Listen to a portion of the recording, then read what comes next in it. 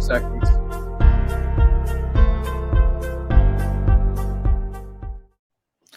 Yo, what's good, everyone? Welcome back to another episode, an emergency episode of the Knicks, Jets, etc. podcast. As always, my name is John Meleka, joined by my buddy, my co-host, my pal, my main man, Greg, also at Winning P Weekly, my co-host over there, Winning Picks Weekly. We just dropped the championship game as well. Find that on our Knicks, Jets, etc. YouTube.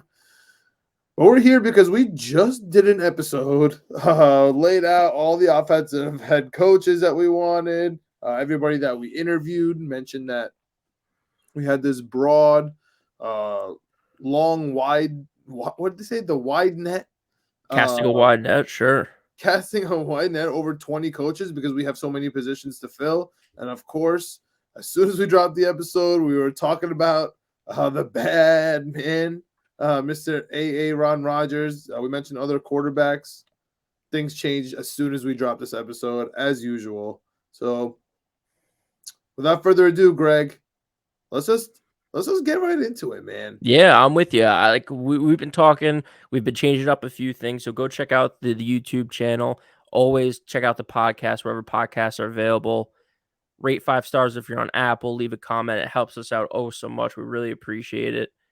And yeah, I mean, might have to start doing these live because, like you said, we finished recording yesterday. I think one of the last things we talked about is a timeline on when these things might happen.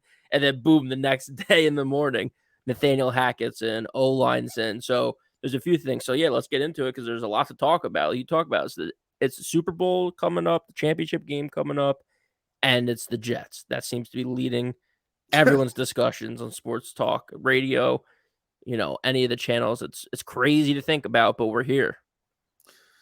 We are here indeed, man. And between the Jets doing all these crazy things and the Knicks, you'll catch me on a solo episode later talking about this Knicks Celtics overtime win. Things are.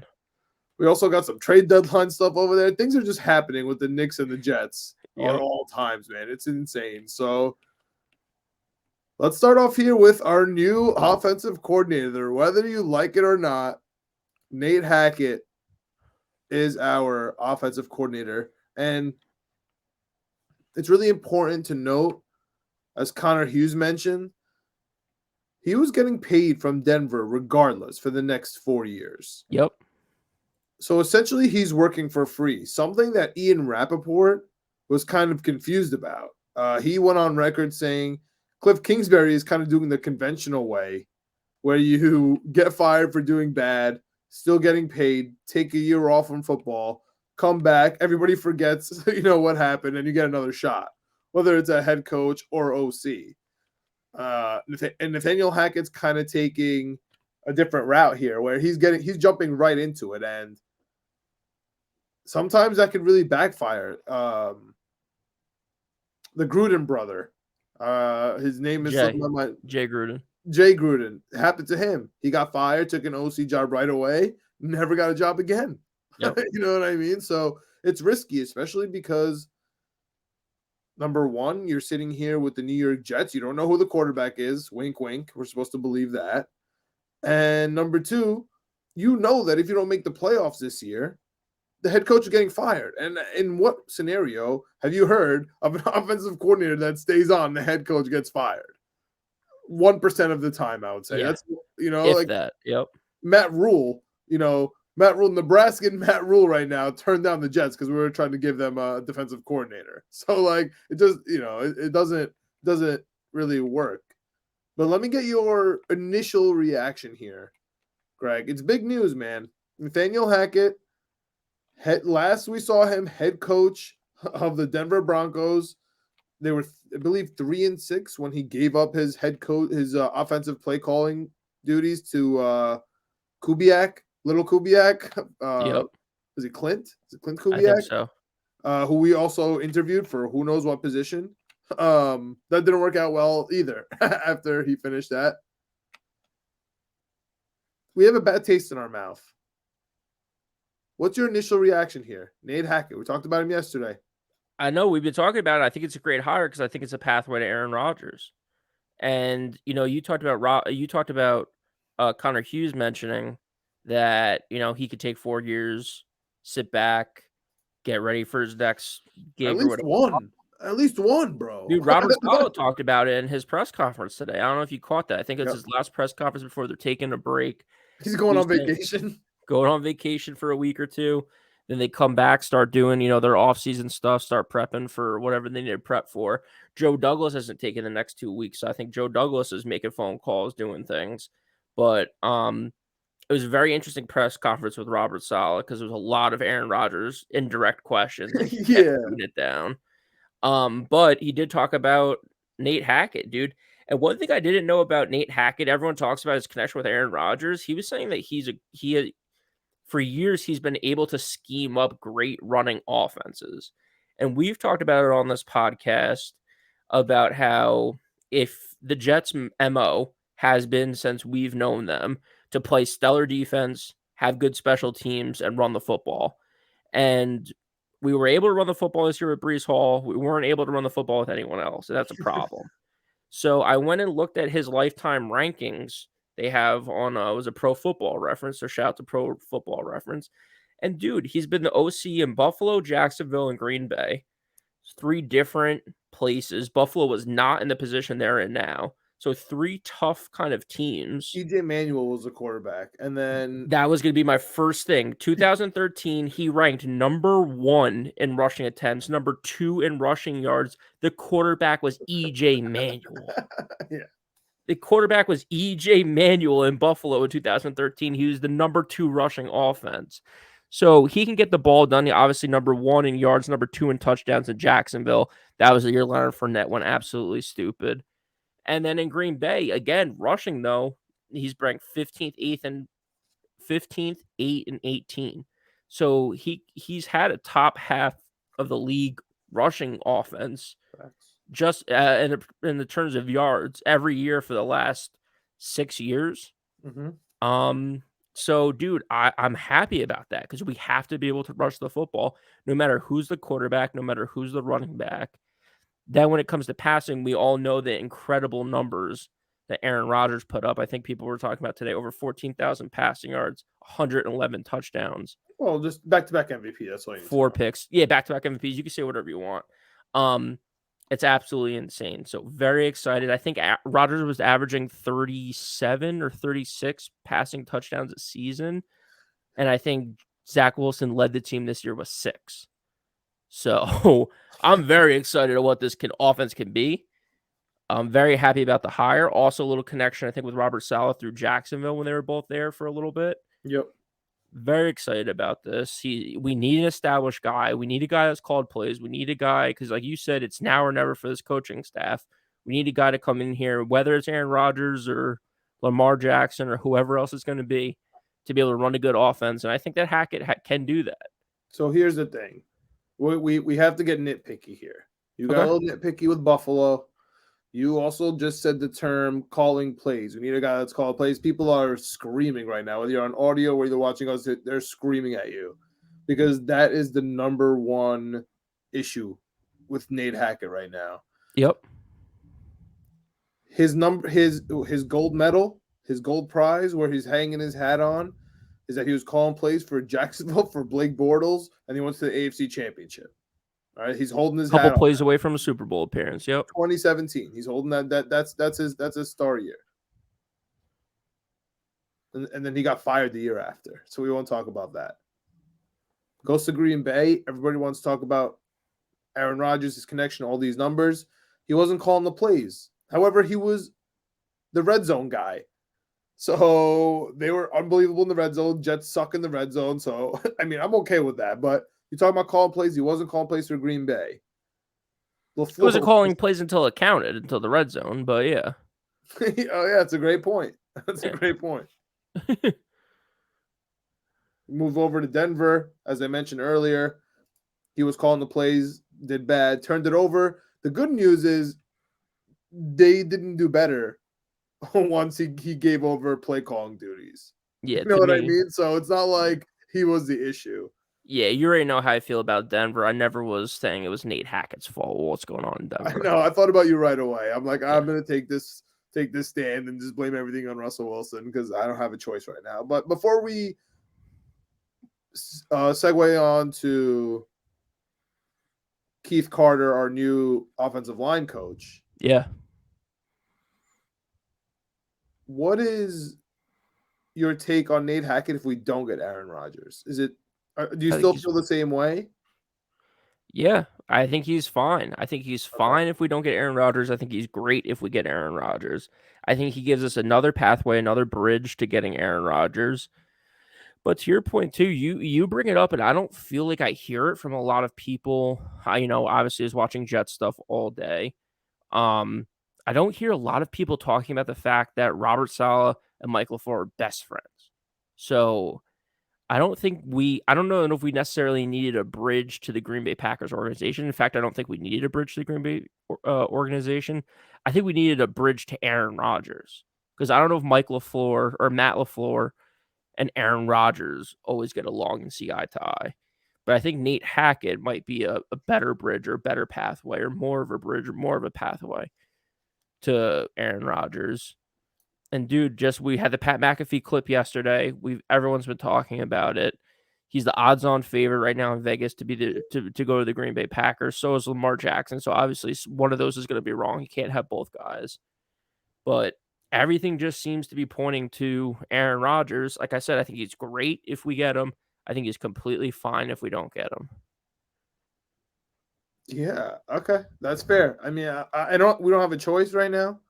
I'm gonna believe in the red zone. I'm gonna believe in the running game, and we're gonna get to the full offseason, the full free agency at a later time. But there was a guy named Jamal Williams who played with Aaron Rodgers in the MVP year. Nate Hackett, also the OC. He led the league in red zone touchdowns. Everyone wants to complain because he had 17 touchdowns and not near in the top 5 in yards. And so they're blaming it on red zone. Great. Yeah. We're going to have the best red zone offense in the league. Like, that's what everyone's complaining about. Okay, I have Nate Hackett, the number 1 red zone guy. Jamal Williams, the number 1 red zone running back. And with Breece Hall coming back, sign me up for that. But that's a little bit dreaming for a different day. But we're definitely going to be on the West Coast offense with Nate Hackett. So Zach Wilson, at the very least, he's going to have the same language. So that's not like a whole new, curve. That's great. And number 2 on that list was Derrick Henry. And you know who was Derrick Henry's coach for the last 5 years? Who's that? My man, Keith Carter. He's the O-line coach, yep. I mean, it's so funny listening to Mike Lombardi today, kind of going off about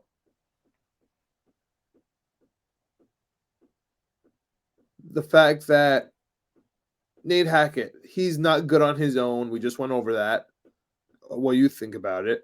And at this point, he needs to see the other position coaches. Once we got Keith Carter, and it was announced while he was actually recording his podcast, so he mentioned it, he just kind of glossed over it. So he kind of gave this huge ultimatum to see, okay, who's going to be the O-line coach. There's no arguments. He had the top rushing offense, I think 4 out of the 5 years he was there with Derrick Henry. Great. We have Breece Hall. We can get Jamal Williams. You know what I mean? It's comparable at the very least. We're going to ground and pound. West Coast offense.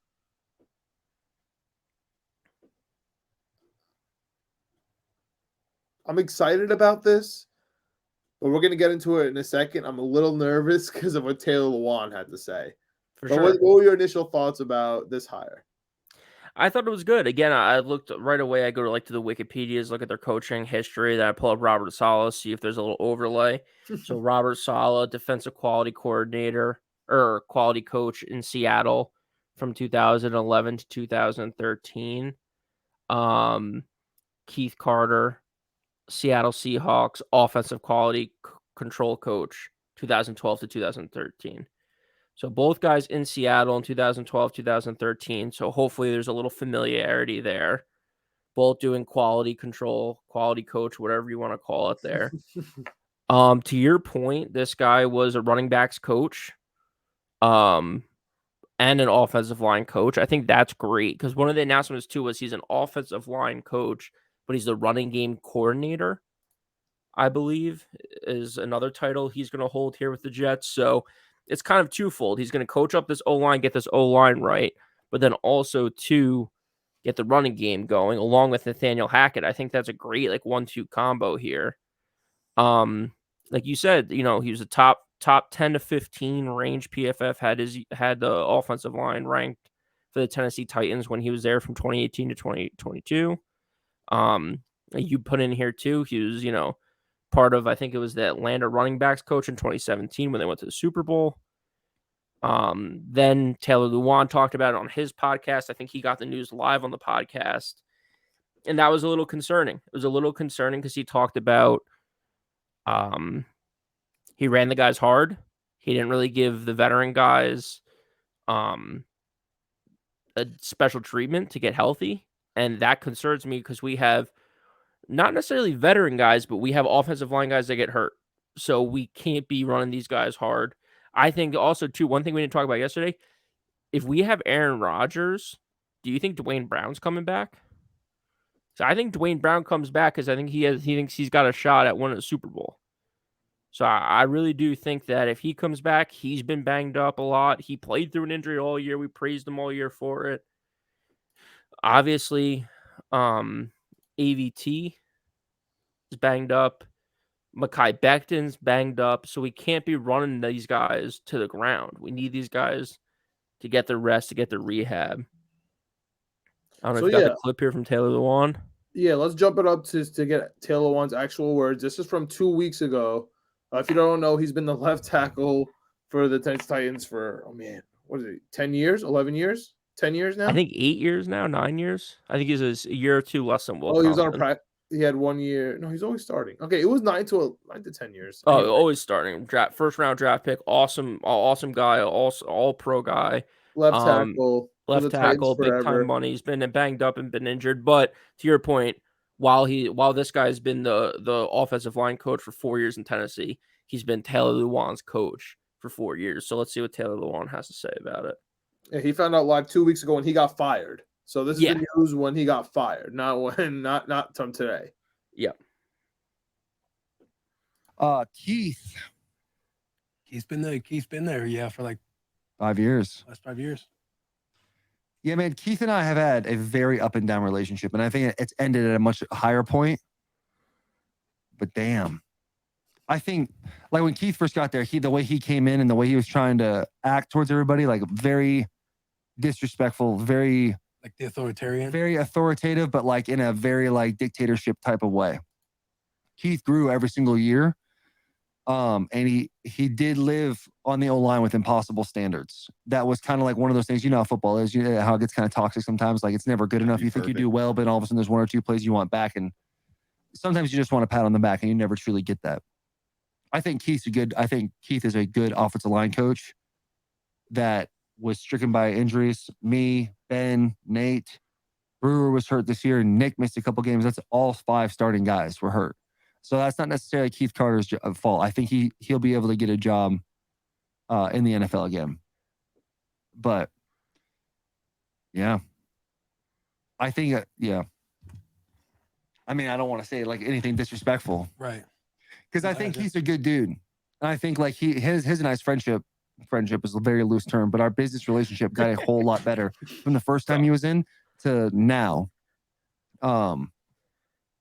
I just wish he focused a little bit more on taking care of the older players. I think Ben got a little more of that towards the end. And then I kind of did this year. But those practices are hard and they wear on your body and they wear your tires out really fast. And you could see it towards the end of the season sometimes. But I think Keith's going to get another job. I think he does a great job. I don't know Coach Midget. So there you have it, Greg. Don't like that the first thing he said about our new O-line coach is that he showed up to the Tennessee Titans. He was disrespectful. Don't like that. Like that he then used a word that later saying, I don't want to be disrespectful. And then said that, our friendship, and he said that was a loosely used term of friendship. Those 3 things were kind of alarming to me. Yeah, okay, that's fair. All that's fair, but he did grow. He did grow on him. That's that's the good part. But the first thought I had when I listened to that was, is this guy Coach Tibbs? I know this is the Knicks Yeah, episode, I but know. this literally feels like Coach Tibbs comes in there.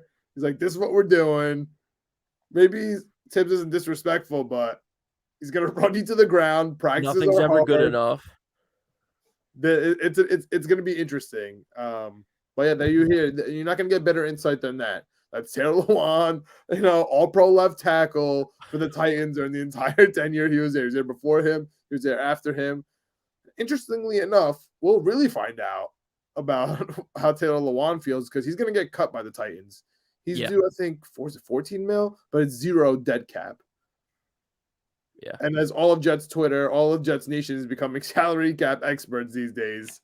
We all know that means he's gone. Taylor Lewan's been joking around on the Bus and the Boys, which is, of course, where we got that clip from. Shout out Barstool. Yeah, go check that out. I mean, an incredible podcast. Bus He and the does Boys well is the content. best. Him, year 10, with our boy Will. So Yeah. you're not gonna get better insight than that. I wonder if he's gonna join our team in New York. Taylor Lewan? That's what I'm saying. He's going to be, especially if, I mean, the next topic here, we can't hold it any longer. I guess, like, I'm wearing the Jets Green Bay shirt. The second one I got. I guess the Cheesehead's going to come back on. I think I'm going to protest here. The Cheesehead's going to have to come here on every episode. 1 week. I think it might have to be every episode from now on, man. So I'm wondering if Lewan comes back to hang at left tackle, especially if the bad man, Aaron Rodgers, comes through. So, listen, everybody's talking about how Nate Hackett is only here for Aaron Rodgers. Okay? We've talked that into the ground. We've talked that point into the ground. What we haven't talked about, Greg, is everybody is mentioning how about this, Greg? How many text messages, how many pictures, how many times have family members mentioned the same thing to you over the last 3 days regarding Aaron Rodgers? Are you 100. Are you giving up 2 first-round picks? How many times have you heard that? How many times have you said that's the asking price? I have seen that phrase. I'm not even joking. People have told me that maybe 65 times in the last. Everyone. That's all I see. And where does it come from? It comes from a Peter King.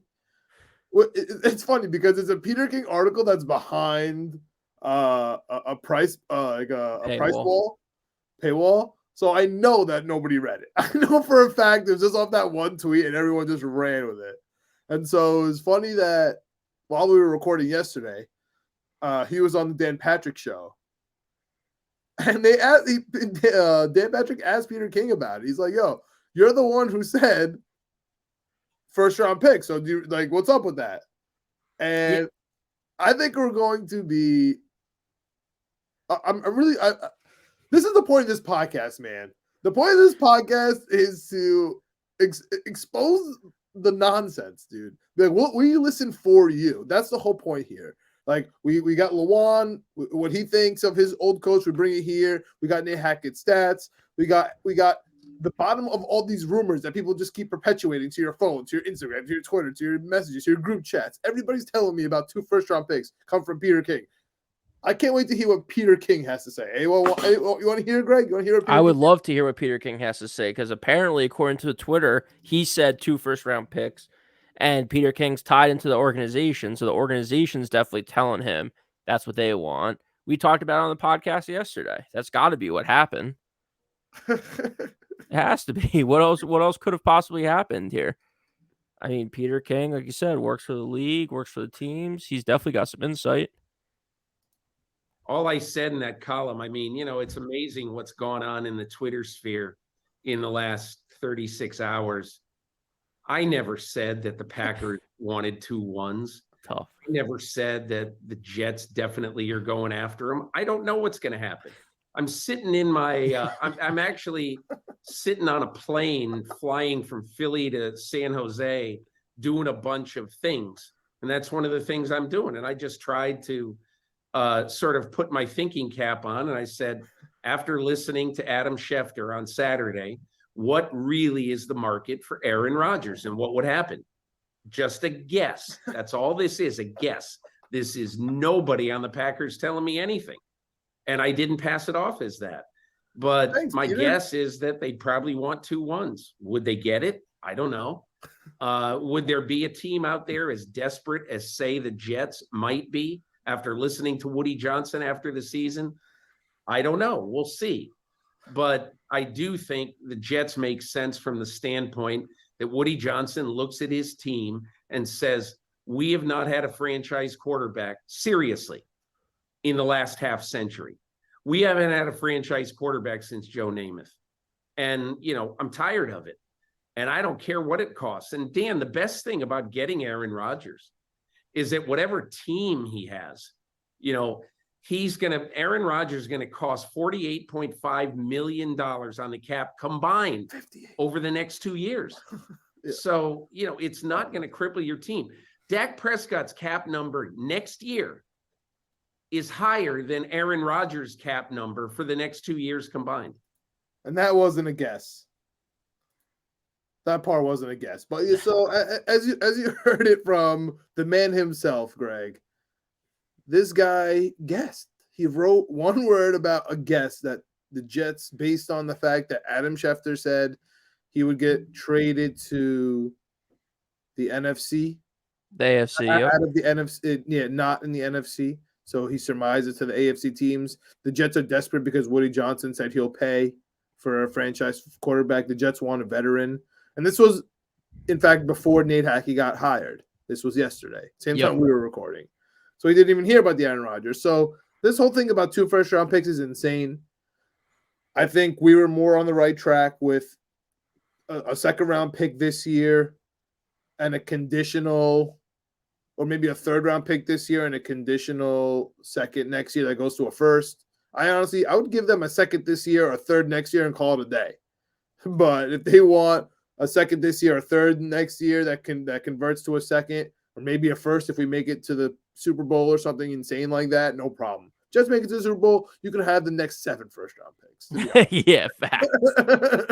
So that's where I'm at with this trade compensation stuff. I urge you just to relax. Just relax. He's coming.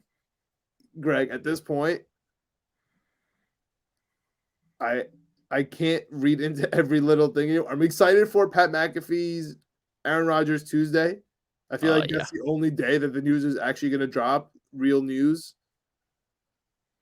So other than that, I'm going to stop feeding into the hypotheticals. I'm going to stop. Anything from Schefter, okay. Anything from Rappaport, okay. Anything from one of the NFL guys, no problem. Beat reporters are, shout out to Connor, shout out to Zach, but they're just guessing. Shout out to Rich Samini, but they're literally just guessing right now. They have more insight into the teams. I want to say that. Not with this stuff. Not with the trade stuff. Not with the front office stuff. Not with who they're hiring. They don't. Yeah, that's a good point. They don't. Zach wasn't about telling us yesterday it's going to be a long process. We have 20 people this morning. He gets on. He's like, oh, yeah, that's a good point. They're walking around the locker room. They're interviewing people. They're interviewing coaches. They're not walking around the front office. They're not interviewing Joe Douglas. So this time of the season, like just at this point right now, I feel like they're a little bit in the dark.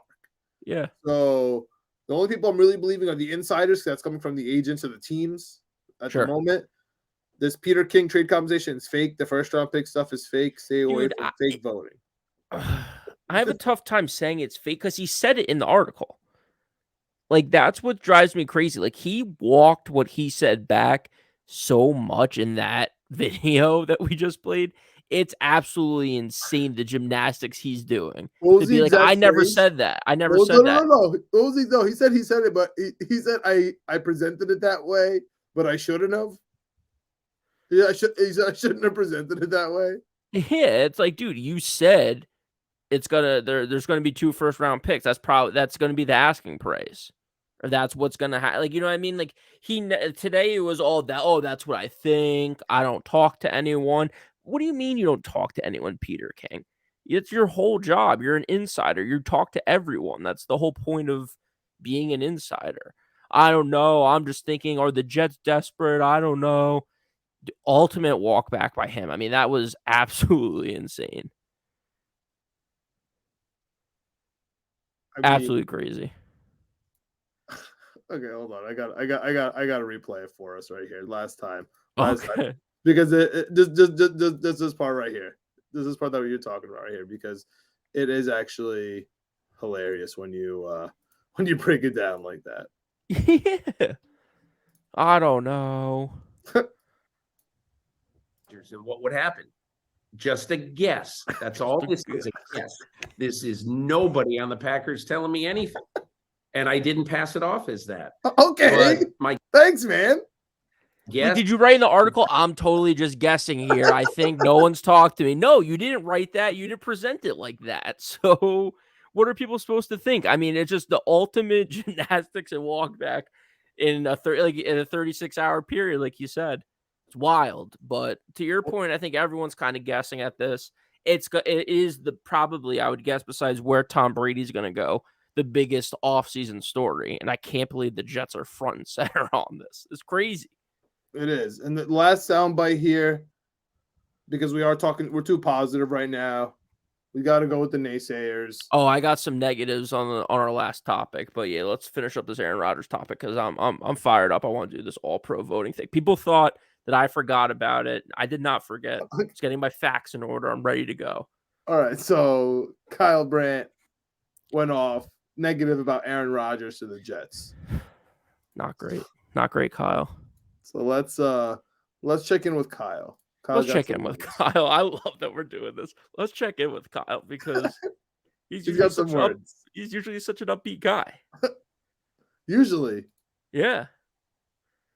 I don't care if they bring in AJ Hawk to be the linebackers coach and they bring in Pat McAfee to run media relations and they bring in Bonnie Vare to play the halftime show, all the stuff Rodgers likes. Don't care. I don't care if they get Carrie Elwes from The Princess Bride, Rodgers' favorite movie, to be on the coaching staff. He ain't going.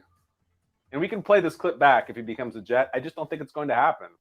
Oh, he will. You know, everyone says this is amazing. That do they want him just because Nathaniel Hackett's a successful offensive coordinator, or is this bait? Is this a recruiting pitch for Jesus Shuttlesworth, Aaron Rodgers, to come to the Jets? Like, maybe he wouldn't have wanted to if they traded for him and he would have fought it. And now he's like, wow, won a couple of MVPs with Hackett. You can find videos of me out there in the last couple of years, especially in 2020, saying that he's like my favorite person in the building and he brings light and joy and there's no one I love more than him. And it's all true. But wasn't that also the reason that he got the Broncos job? Like, didn't the Broncos, come on, didn't they say, let's get Rodgers' favorite guy? And then, I don't know. And then they got Russell Wilson, and that was a disaster. So are the Jets now doing that? Shout out to Kyle Brandt's basement. Yeah, Omaha Productions, all stuff they do is phenomenal. Dude, I kind of agree with him in a sense. Like, right? Like, he's like, I don't want to go to a rebuilding team. I want to go to a contending team.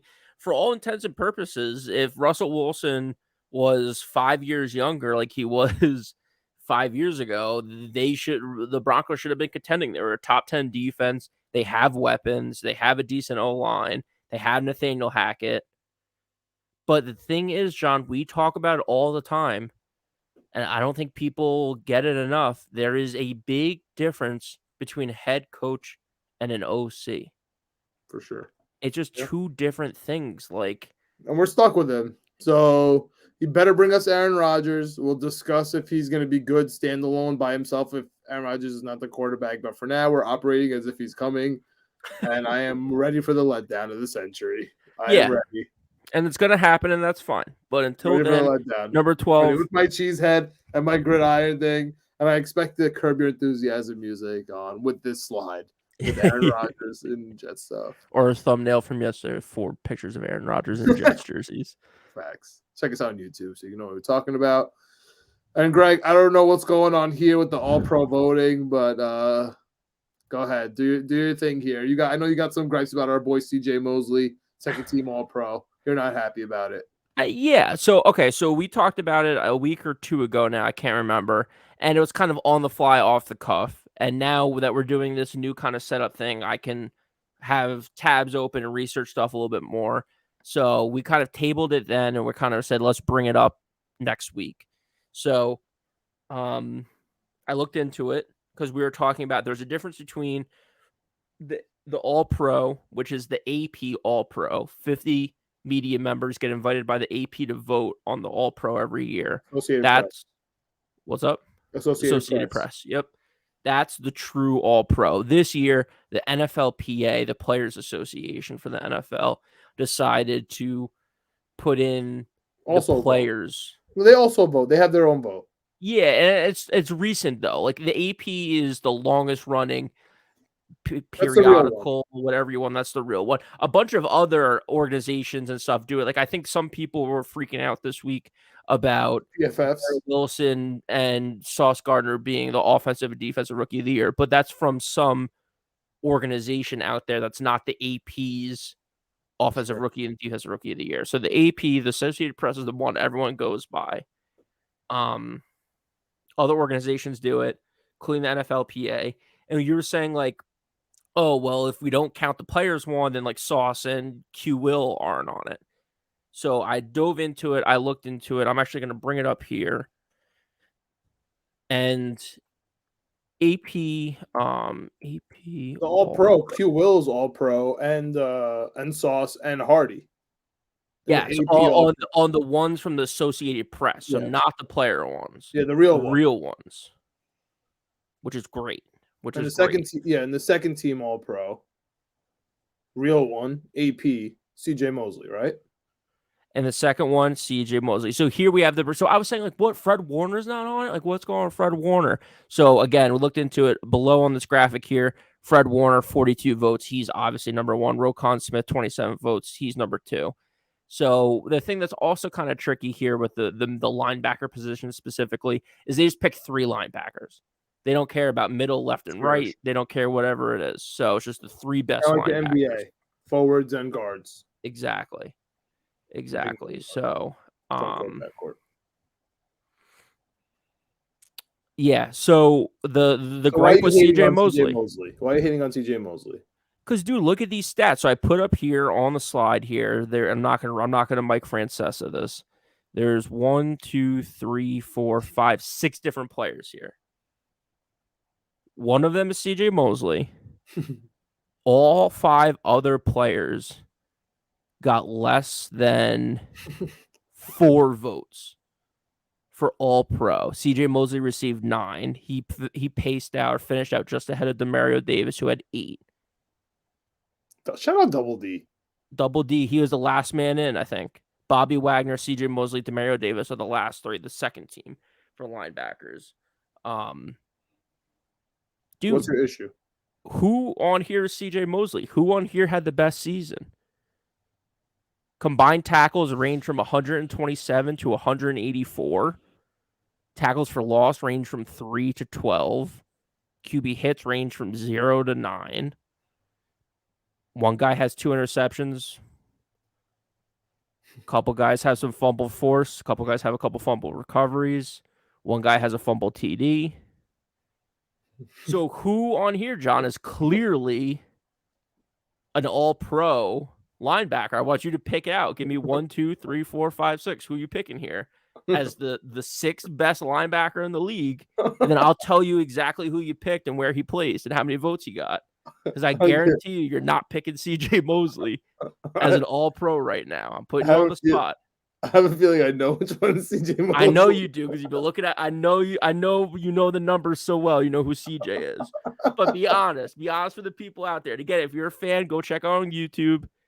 We're at the 40-minute John Derchevsky now from New York right now. Getting put on the spot with the trivia at the end. All right. Who are you picking here? Number 1. And everybody played the same games. I'm just assuming. No. I'm taking the guy with 2 sacks, 2 picks, and a forced fumble, with 180 combined tackles, 108 solo, and 72. Incredible season, right? 2 sacks, 180 tackles, 6 QB hits, 2 Could be picks. Roquan. That's nasty.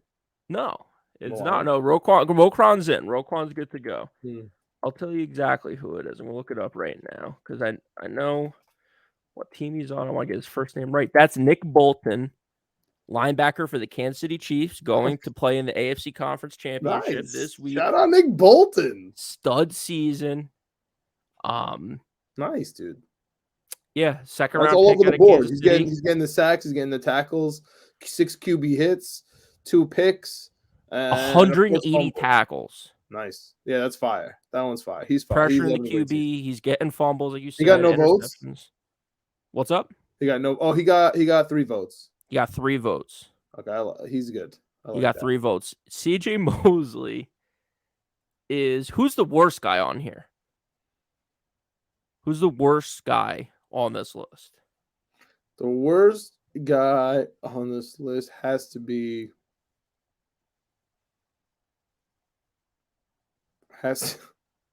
It's tough because if you go with the lowest number of tackles, if you're a tackle snob like I hate, No, it has to be the top guy. 2 sacks, 99 solo, 60 assisted, 159 combined, 7 pass deflections, which is nice though. 7 pass deflections is nice, and 1 fumble recovery. Okay. And 10 tackle for loss is nice though, man. I don't know. 10 tackle for loss is nice. 10 tackles for loss is pretty good. You're stopping the run. That's CJ Mosley's whole thing, right? He can't cover anyone, so he stops the run. So he has a ton of tackles for loss for sure, right? How about the third line? 1 sack, same amount of solo tackles, half the amount of tackles for loss. Yeah, 3 QB hits, 5 tackle for loss, like you said, 1 pick though, and the same fumble recovery. Who cares? It's fine. It's good. So I that's like the it. worst guy? It's I'll between take- the two. It's between those two, and one of those two is CJ Mosley. I know. Yeah. And I it's know the it's third one- guy. I know it is. I know The it's third one. guy, CJ Mosley, dude. It's I know crazy. it's the top one. I know it's the top one. I know the top one, CJ, because No, it's not. So no, it's no, the- he has that crazy pick that He I has the that I pick. recovered It's the that I watched third 100 guy. times. I forgot. He has that crazy pick. What game was Yeah. that? What game was that? I Oh, don't man, remember. He was in the end zone. Okay. I don't remember. All right. Yeah. So CJ was 150 years. Okay. So 158. CJ might be the second worst on this list. Behind Yeah. who's the top? TJ Edwards from Philly. Again, Philly had a stellar defense this year. He received I 3 picked the top votes. 2. I picked the top 2 players that were around, and they have the numbers. Yeah. Maybe they just Yeah. don't mean enough to the team. You know what I'm trying to say? Like, if you cut off the head, if you cut off CJ Mosley, we're the Who worst lost defense us in the 2 league. games on his own. The guy who lost us 2 games single-handedly on his own this season. One. The other one was Quincy Williams. Quincy Okay. Williams has lost us so many games. It's insane. Okay. It was Quincy Williams. Like, so the one. So thing one I'm- game. He lost us 1 game. Okay. The one thing I'm trying to be, when he jumped the line. Oh, the one thing I'm trying to be better about was like Greg Olson, the former Bears tight end, now the Broadcaster. was talking on the Pat McAfee show, talking about how like you have to hold players accountable for like the right plays. Like, don't just say, oh, because he was supposed to. Like, it was the Quincy Williams' assignment. You know what I mean? So it was his fault. Jumping off sides was insane. That was crazy. But that's it, man, for today. We signed Nate Hackett. We're on the road to Aaron Rodgers. We got Keith Carter, the Titans running back, offensive line coach. I'm dreaming of Jamal Williams, the running back who led the league in touchdowns. Broke Barry Sanders' record. And he's ahead of Derrick Henry. Everyone's like, oh, but he had Derrick Henry. But yeah, we got the guy who has more touchdowns last year. And he played with Green Bay with Hackett and Aaron Rodgers. And they like each other. Rodgers and Williams like each other. And all we have to do is give him like $15 million over 3 years with like 8 guaranteed. It's nothing Yeah. crazy. He needs to get Corey Davis's contract. But at some point, I gotta stop handing out Corey Davis's contract. At some point, someone has to take that money. I've been handing out like, let's just see Corey Davis contract. This is Corey Davis contract. At some point, someone has to take All of a it. sudden, you hand out too many Corey Davis contracts, they start coming back. It's like, wait, I don't have this many Corey Davis contracts to hand out. Yeah, but that's about it for today's episode. Yeah. Emergency Jets episode. I took 45 minutes here because yesterday's was somehow outdated. We did talk about the other. If you don't want to hear Aaron Rodgers talk, definitely talked about the other quarterbacks there. Had a little segment on our young guys, a little on Q Will. Here we had the updated post Nate Hackett, Aaron Rodgers, ready to be let down. But you know what it is. Subscribe, like on our YouTube, Knicks Coming, Jets Coming, etc. Period. We're working on these graphics. We're gonna change it up here again. The next time you'll see it. But I really tell us what you think about these clips. If you like them, if you're listening on the audio only, if you like them, what you think about it. If we could do it better, we're working on some stuff here. But yeah, Apple, Spotify, Amazon, Stitcher, Google Play. Hit us with that like, that 5-star review. Hit us with that comment. Helps us a lot. And yeah, that's it, man. 15 years later, after Brett Favre, Aaron Rodgers coming to town. 15 years later, I'll see you soon, Jordan Love. Anything else, Greg? Oh, yeah, Winning Picks Weekly. Yeah, conference championship episode should be out. Yeah, on our YouTube and at Winning P Weekly. That's Greg on our Twitter. Hit us up there. And that's it. We out. Let's go, Jets. Yeah, we'll see you guys next week unless there's another emergency we got to cover. Oh, yeah. If Aaron Rodgers could whew, That'd be something. would be something. I would feel way better by having a cheese head, but thank God we won that game.